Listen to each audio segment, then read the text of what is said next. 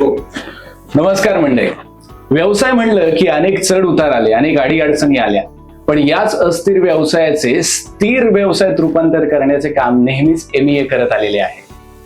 दरवर्षीप्रमाणे MEAने यावर्षी एक असा एक्स्पो आयोजित केलाय की ज्यामुळे मराठा उद्योजकांना जागतिक दर्जाची ओळख निर्माण करता येईल. अर्थातच MEA इंटरनॅशनल बिझनेस एक्स्पो 2026. आणि याच जागतिक प्रवासाचे अभिमानास्पद भाग म्हणजे आज आपल्या सोबत उपस्थित आहेत आयजीन सर्व्हिसेस प्रायव्हेट लिमिटेडचे फाउंडर आणि managing director Shri Jitendra Narayan Surve sir. नमस्कार सर. नमस्कार सर, मला जाणून घ्यायला आवडेल की आपल्या कंपनीची सुरुवात कशी झाली आणि एकूण एक आतापर्यंतचा प्रवास कसा होता. थँक्यू. आयजीन कंपनी आम्ही 2015 पासून चालू केली. कंपनी फाउंड केली आम्ही कोलकात्यामधून. सो तो कोलकात्यामधून फाउंड करण्याचं सुद्धा एक रिझन होतं. मी गेले 15 वर्ष या फील्डमध्ये काम करतो. ऍज अ एम्प्लॉई म्हणून काम केलं, डिफरंट पोझिशनवरती काम केलं, खूप मोठे चॅलेंजिंग प्रोजेक्ट एक्झिक्यूट केले. आणि 2015 मध्ये असं ठरवलं की आपण जे दुसऱ्यासाठी करत होतो तेच आपण आता आपल्या स्वतःसाठी करूया. त्या बेसिसवरती 2015 मध्ये कोलकात्यामधून आयजीन कंपनी फॉर्म केली. Igiene is the Italian word of hygiene.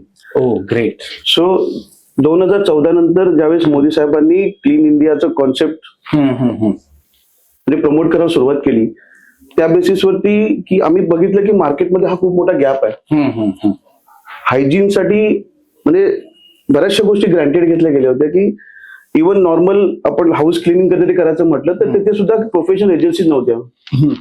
तर सिवरेज, वॉटर सप्लाय हे तर खूप लांबच्या गोष्टी होत्या. सो आम्ही हा गॅप बघितला की हा गॅप खूप मोठा होता आणि या गॅप भरून काढण्यासाठी तिथे कोणी असं ऑर्गनाइज सेक्टर नव्हतं किंवा ऑर्गनाइज कंपनीज नव्हत्या की ज्या हा गॅप भरून काढतील. सो हेच एक मार्केटचा गॅप बघून आम्ही 2015 साली आयजीन कंपनी फॉर्म केली. ओके. तर सर, तुम्ही जसे म्हणलात तसं की तुम्ही गॅप भरण्याचं काम केलं, पण जशी तुम्ही सुरुवात केली तर या सुरुवातीला काही तुम्हाला चॅलेंजेस आले पर्टिक्युलरली आपल्या देशात? तो खूप म्हणजे see I am the first generation entrepreneur.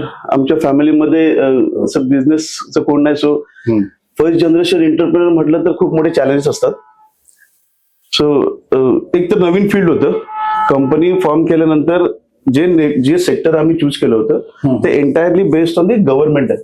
Okay. So government sector असल्यामुळे तुम्हाला त्यांच्या ज्या क्रायटेरिया असतात पर्टिक्युलरली टेंडरमध्ये पार्टिसिपेट करायचं किंवा काम घ्यायचं त्याला टिक करत जावं लागतं. ते स्लोली त्याला ना स्टेप बाय स्टेप त्याला तुमचं क्रेडेन्शियल बनवत तसं पुढे जायला लागतं.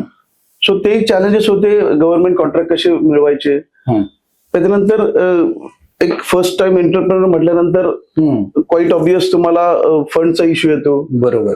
बट समहाऊ काही स्कीम होत्या, गव्हर्नमेंटच्या स्कीम्स होत्या, बँकांनी मदत केली. दॅट इज हाऊ मग आम्ही ते पुढे प्रोसेस करत गेलो. Okay, great. सो बिझनेस मधला एखादा असा चांगला टर्निंग पॉइंट काय होता? आता गेले 10 वर्ष आम्ही ही सक्सेसफुली कंपनी चालवतो. So there are many ups and downs.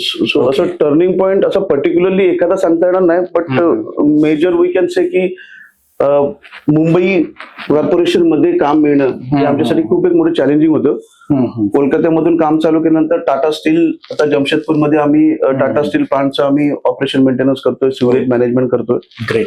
आणि BMC मध्ये मुंबई कॉर्पोरेशन मध्ये आम्हाला 2018 साली जी एंट्री मिळाली. तर आमचे अजून एक पार्टनर आहेत विनायक गोरिले म्हणून, ते मुंबईचं बघतात. सो त्यांच्या सपोर्टने आणि आम्ही दोघांनी एकत्र आम्हाला BMC मध्ये काम मिळणं पहिलं आमच्यासाठी एक चॅलेंज होतं. आणि त्यानंतर BMC मध्ये काम मिळाल्यानंतर आज आम्ही जवळजवळ 6 स्टेट्स मध्ये काम करतोय. वेस्ट बेंगाल, झारखंड, महाराष्ट्र, दिल्ली, तेलंगणा आणि राजस्थान. म्हणजे ऑल ओव्हर इंडिया तुम्ही आता सध्या काम करता? सध्या आम्ही 6 स्टेट्स मध्ये काम करतोय. ग्रेट. सो जेव्हा तुम्ही एखाद्या नवीन ठिकाणी जायचे, जेव्हा पिच लेवलला आपण ज्या काही गोष्टी होतात त्या म्हणतो, सो तेव्हा तुम्हाला असं काय तुम्ही सांगायचं की तुमच्या कंपनीच्या USPs आहेत ज्याला आपण युनिक सेलिंग पॉइंट म्हणतो, म्हणजे तुमच्या कंपनीची खासियत काय होती थोडक्यात? येस, हा प्रत्येक ठिकाणी आहे ना. आय स्टील रिमेंबर आमचा स्टार्टिंगचा पिरियड होता. मी सकाळी उठून 10 म्युन्सिपल कॉर्पोरेशन मध्ये जाऊन प्रेझेंटेशन जायचो. सो ही आम्ही एक मेकॅनाइज प्रोसेस चालू केली होती. ती अंडरग्राउंड ड्रेनेज किंवा पाईपलाईन, कोणतीही अंडरग्राउंड पाईपलाईन क्लिनिंग करणे. अजूनपर्यंत हे जे प्रोसेस होती कन्व्हेन्शनल वेने काम करायचे लोक, म्हणजे माणसाला आतमध्ये पाठवायचे, क्लिनिंग करायचे.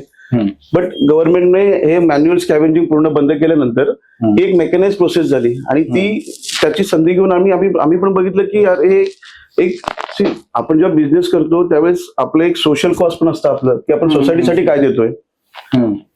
नॉट ओनली आपण एक काम करतोय ज्याच्यामध्ये अर्निंग मनी एक ते असतं, सेकंडरी पार्ट झाला. सेकंडरी पार्ट आणखीन एक मेन इम्पॉर्टंट असतं की आपण जे काय करतोय त्याचं सोसायटीला बेनिफिट काय होतं. बरोबर, आमच्याही बिझनेस साठी खूप महत्वाचं असतं. येस, आम्ही बघितलं की बऱ्याच ठिकाणी चेंबर क्लीन करताना माणसं मारतात, अंडरग्राऊंड पाईपलाईन क्लीन करताना माणसं मारतात.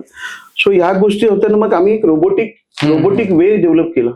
आम्ही आता जे अंडरग्राऊंड पाईपलाईन ज्या क्लिनिंग करतो तर रोबोट्स युज करतो जेणेकरून ह्युमन इंटरव्हेन्शन अवॉइड करतात.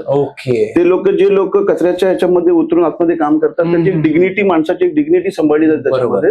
आणि रोबोटने काम केल्यानंतर तुम्हाला एक 100% पूर्ण तुमचं काम कम्प्लीट झाल्याची तुम्हाला प्रूफ मिळतो, त्याच्यात खात्री मिळते. सो हा मेजर युएसपी आहे. टेक्नॉलॉजी अपग्रेडेशन आणि रोबोटिक बेस्ड आम्ही अडॉप्ट केल्यामुळे आमचं ते युएसपी आहे, रोबोटिक बेस्ड अडॉप्शन. सो आता सर आपण MEA कडे वळूया. सो MEA मध्ये तुम्हाला स्टॉल बुक करावा का वाटला, म्हणजे काय कारण होतं त्या मागे की जो तुम्ही हा निर्णय घेतला? फर्स्ट ऑफ ऑल ना, मी फर्स्ट टाइम MEA मध्ये पार्टिसिपेट करतोय. एकतर हे कम्युनिटीचं एक्झिबिशन म्हणजे मराठा कम्युनिटीने ऑर्गनाईज केलेलं एक खूप मोठी अभिमानास्पद गोष्ट आहे ऍक्च्युली, की मराठी लोकांना कसं अपलिफ्ट करता येईल.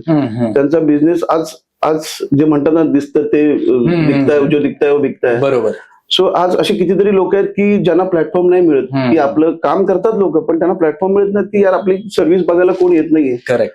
सो अशी एक इंटरनॅशनल एक्झिबिशन जे त्यांनी फॉर्म केलं ना, ज्याच्यामध्ये काल आम्ही एक मीट अरेंज बघितलं तिथे, तर तिथे इट वॉज एस्टिमेटेड की अराउंड 8 ते 10 लाख लोक तिथे येतील. सो 8 ते 10 लाख लोकांनी तिथे येणं आणि तिथे तुम्ही तुमचे सर्व्हिसेस किंवा तुमचा बिझनेस त्यांच्यासमोर प्रेझेंट करणं, इट्स अ बिग डील. आणि खूप मोठे पॉलिटिशियन्स वगैरे येणार आहेत की जे डिसिजन मेकर्स आहेत, पॉलिसी मेकर्स आहेत, त्यांच्यासमोर आपलं बिझनेस प्रमोट करणे, हे MEA ने खूप चांगलं केलेलं आहे. सो ही तुमच्यासाठी MEA बाबतची सगळ्यात इम्प्रेसिव्ह गोष्ट ज्याला आपण म्हणतो. Yes, absolutely. मराठी उद्योजकांना एक प्लॅटफॉर्म देणं आणि कोण काय काम करतंय ते प्रमोट करून त्यांना कसं अपलिफ्ट करता येईल, हे जे काम करतंय, सो ते खूप छान आहे. आणि काल मी ऐकलं फर्स्ट टाइम की जे काही लोक काम करतायत तर व्हॉलेंटरी काम करतात, त्यांचे सगळ्यांचे धंदे सांभाळून काम करतात. So this really good thing की मराठी लोकांना बिझनेसमॅनला अपलिफ्ट करायचं काम करतात. Yes, great. सो सर तुम्ही आता तुमच्या बिझनेस बाबत सांगितलं, तुम्ही तो कसा ग्रो केला, कसा डेव्हलप केला, पण आपल्याकडे अजून तरुण उद्योजक आहेत किंवा इतर उद्योजक आहेत, तर त्या इतर उद्योजकांना तुम्ही काय एखादा मेसेज देऊ इच्छिता?